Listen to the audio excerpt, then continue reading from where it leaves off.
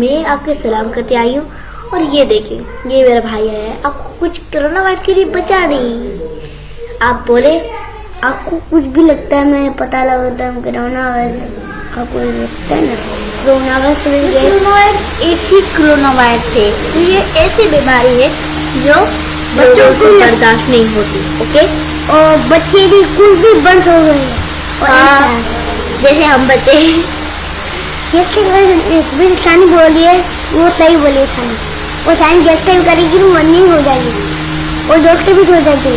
कोई भी कोरोना का और ठंड भी खाते हैं, समझते हैं अलग अलग लगते हैं, जैसे खांसी, जुकाम, गले दर्द, ऐसी जो चीजें होती है वो वायरस हो सकता है। दांत उठते तो हो जाता है ना। हाँ चलो, अल्लाह हाफिज, अल्लाह आपको खुश करे। अल्लाह आपको खुश करे।